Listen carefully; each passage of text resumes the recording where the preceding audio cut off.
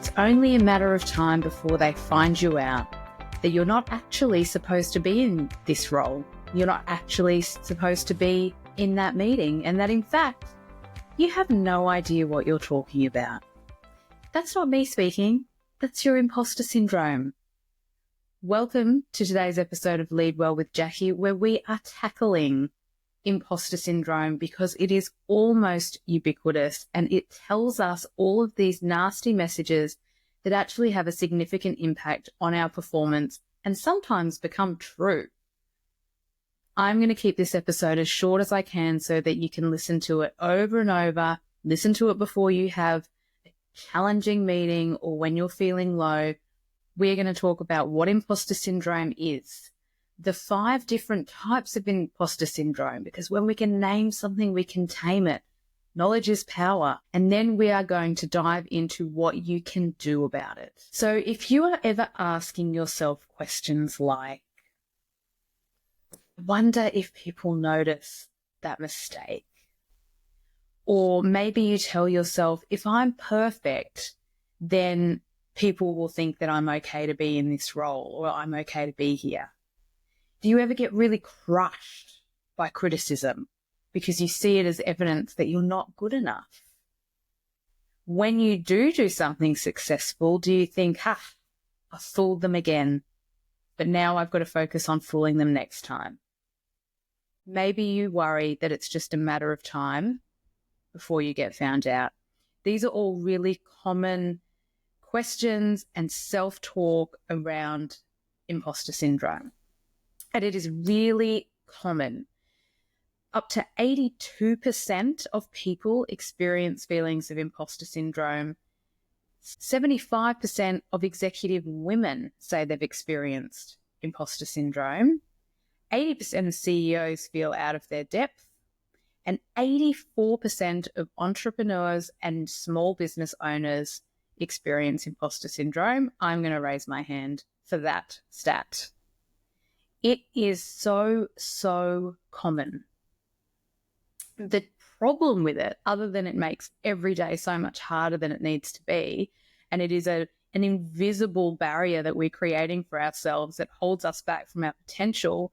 But what usually happens when we experience imposter syndrome, we're actually less likely to share our thoughts and ideas, to be put forward for promotion. In fact, we're more likely to be overlooked for promotion.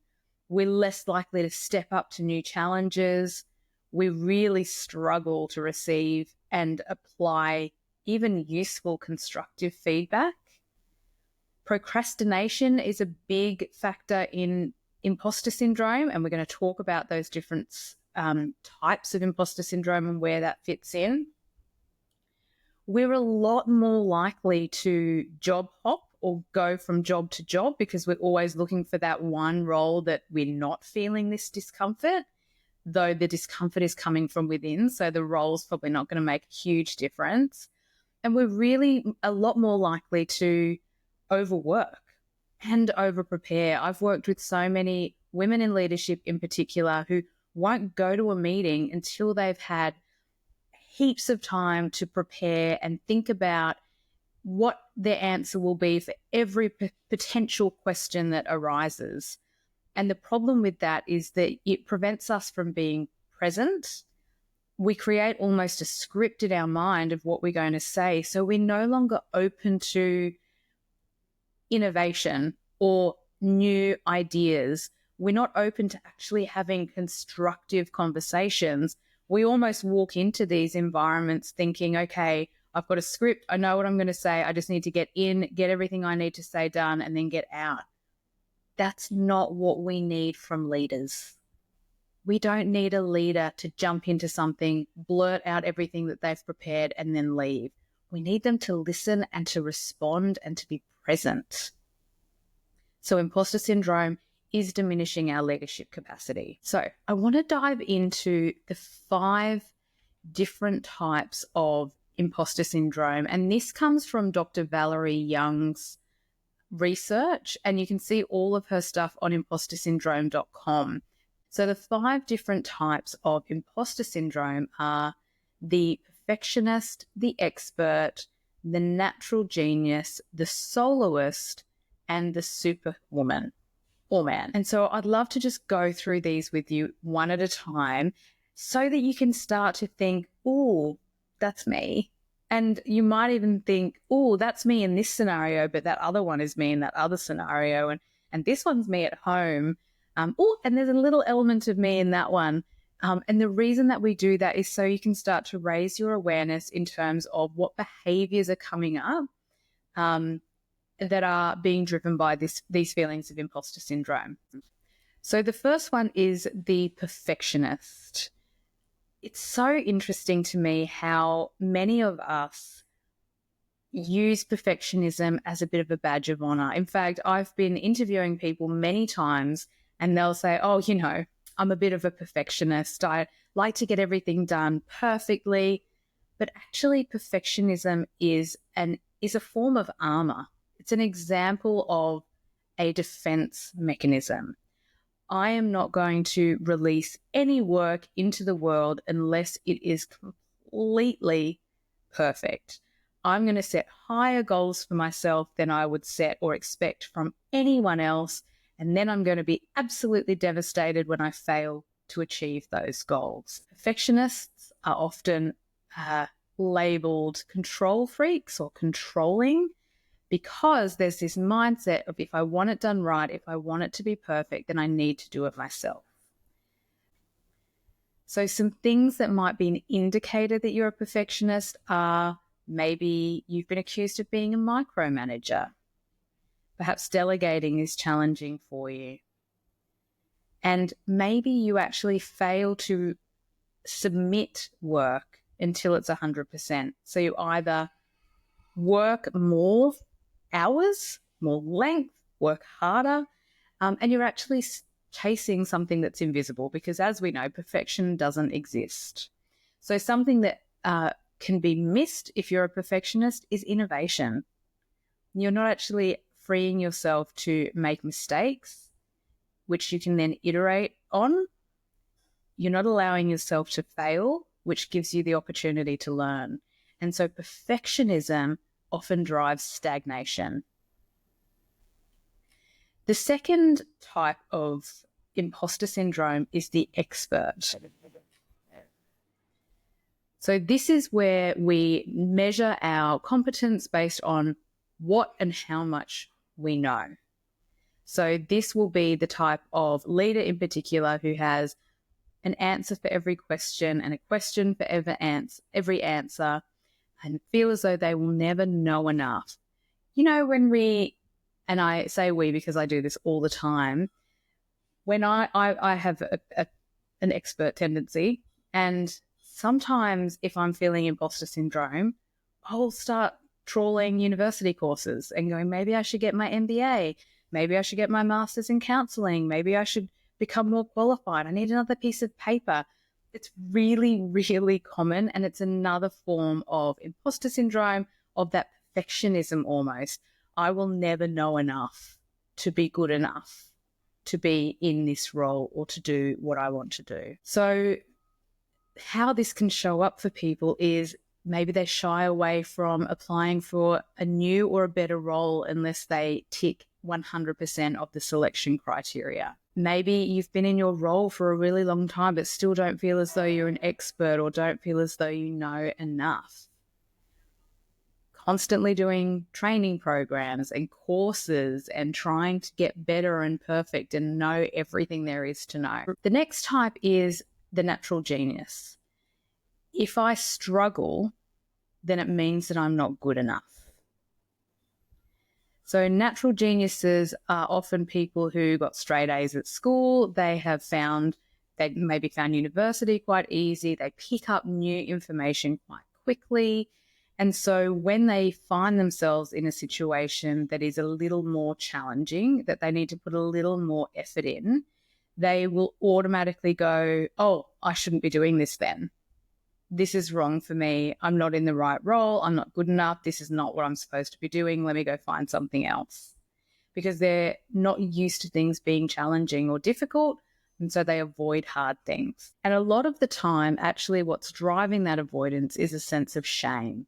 So if it takes me a long time to grasp something or to understand something, then I mustn't be good enough. And that carries with it that I'm not enough. I'm not good enough. And I carry shame with that. The fourth style is the soloist. This is the idea that I have to do this alone to prove my worth. So this shows up when people refuse assistance. I don't need your help. I can do this by myself. Not necessarily because they're perfectionists and they want to be the ones to do everything to their standard, but more if I accept help, it means that I'm not adequate. I don't want to ask for help because asking for help is an indicator or reinforcement that I shouldn't be here and that I'm not good enough. And then the fifth is the superwoman or superman. And I really resonate with this one. So this is where if I'm not juggling everything perfectly, then I'm failing.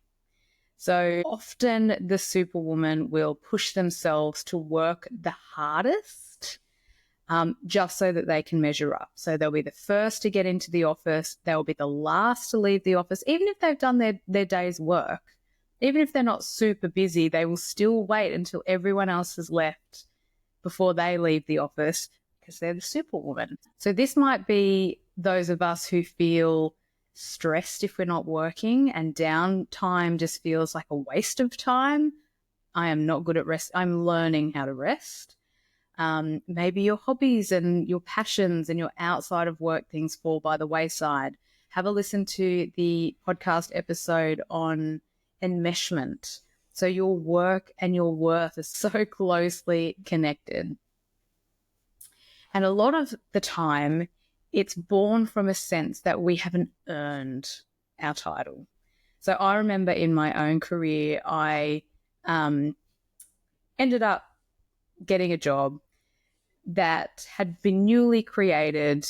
And I know I wasn't the first choice, but I was a choice. And so I really felt like I had to prove myself. And I remember I was pregnant with my second son. And so I would drop my toddler off at 7 o'clock to daycare. I would be at the office by 7:30. I would work till around 5:30-ish.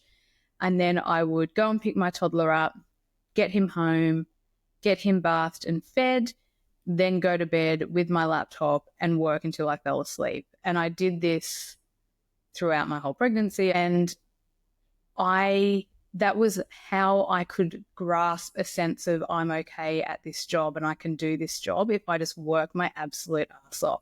If I work more than anyone else, they'll see that they made the right choice. Okay, so let's look at strategies to overcome imposter syndrome. First, we need to reframe our thoughts. Imposter syndrome is not a bad thing. People who stay within their comfort zone and do the same things that they've always done don't get imposter syndrome. If you are experiencing imposter syndrome, it is an indicator that you are stretching yourself, and that is a really positive thing. So instead of this idea and this internal rhetoric of I don't belong here, swap it for something like I'm learning, I'm growing. Wow, this is hard, but I know on the other side of this, I'm going to be a better version of myself. The other thing is up to 84% of people experience imposter syndrome. So when you go into that meeting later today or tomorrow and you sit down and think, oh my God, everyone's sitting there thinking that I shouldn't be here. No, they're not. They're thinking that they shouldn't be here. 84% of people in every meeting that you're in thinks that they shouldn't be there. So let's start to really reframe this idea of imposter syndrome. Okay, the next strategy is to track your wins. So keep a brag file, or as Amanda Gore coined, your joy spot. So this is a folder in your emails, maybe it's in your OneNote, where you keep all of your wins, your achievements, those emails that you get from people saying what a great job you did or what a difference that you made, all of those things. Copy and paste them, drag them in, do whatever you need to do, and put them in one central repository. And then when you start to feel that self-doubt creep back in, have a look at it, go through it, review it, and reinforce the wins that got you to where you are today. Next, we need to move out of that perfectionism, friends. So perfectionism is armor and perfect doesn't exist. So instead of striving for perfectionism, or I'm going to do this until it is perfect, or I'm not going to do this until I am perfect, what about, did you do your best? When I was a kid, when I was growing up, every time I had an exam, my mum wouldn't ask how I went or what mark I got. She would say to me, did you do your best? Because you can't do better than your best. That's what we need to reframe. If you did your best, then you couldn't have done better. Submit it, do the thing, and move on. Done is better than perfection. Next, we need to challenge that idea that we need to be an expert. I say this to my son all the time. If you think you know everything, then you will never learn anything again. So instead of feeling as though you need to know all of the things, open yourself up to realize that every day is an opportunity for you to become a better version of yourself by learning something new. No one expects the leader of any organization or any team to know absolutely everything. And if they do, then that might be a them problem. You don't need to know everything. Yes, you may need to have the right questions. And yes, you may need to be able to find out what needs to be known. But asking questions and committing to finding answers is a lot better than making it up or holding yourself back because you're waiting until you're an expert in everything. I'm telling you this now, you already know enough to do that thing you've been holding back. You already know enough. Next, build a confidence ritual. This is important. Confidence comes from motion. It comes from action. Confidence is not something that you can cultivate hiding away from the world and then you can go and do the things once you're confident enough. That's not how it works. I'm sorry. It would be great if it was, but it's not. It's not a muscle that you can work on in private. But there are things that you can do that can help to enhance your level of confidence. So you might develop a bit of a ritual before you have a tough meeting or a presentation. Perhaps you do power poses. Go back and listen to the first episode on confidence. Maybe you do some breathing techniques. You might do the relaxation breath where you breathe in 4 counts, hold it for 7 counts, and then breathe out for 8 counts. That's going to regulate your nervous system. Do the Superwoman pose where you put your hands on your hips and you stand proud. That is going to release testosterone, and that is going to give you a little bolt of confidence to get through the meeting. And then when you nail that meeting, record it in your joy spot so that you can go back and review it, because that activity, that action is going to be what fuels your confidence for the next challenge. And then the final thing that I implore you all to do is let's normalize this. The vast, vast majority of people experience imposter syndrome, and actually people who are, so women and other minority groups are significantly more likely to experience imposter syndrome. So if you are experiencing it, why don't you talk to the person next to you or talk to your colleagues or your friends or your peers about the fact that you're experiencing it? Learn what their experience is as well, and realize that we're all in the same boat. No one is criticizing you because they're too busy questioning their own abilities. And then, of course, you can always find a mentor, find a coach, find someone who can give you some of these strategies to help dig you out of this imposter syndrome.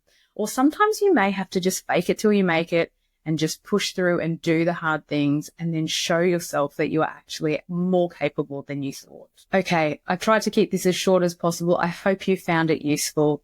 There are some strategies on how to overcome whichever type of imposter syndrome you're experiencing. And I think it can be really helpful to determine which one is showing up for you so that you can start to identify when those behaviors are holding you back and really drill down on those areas to work through.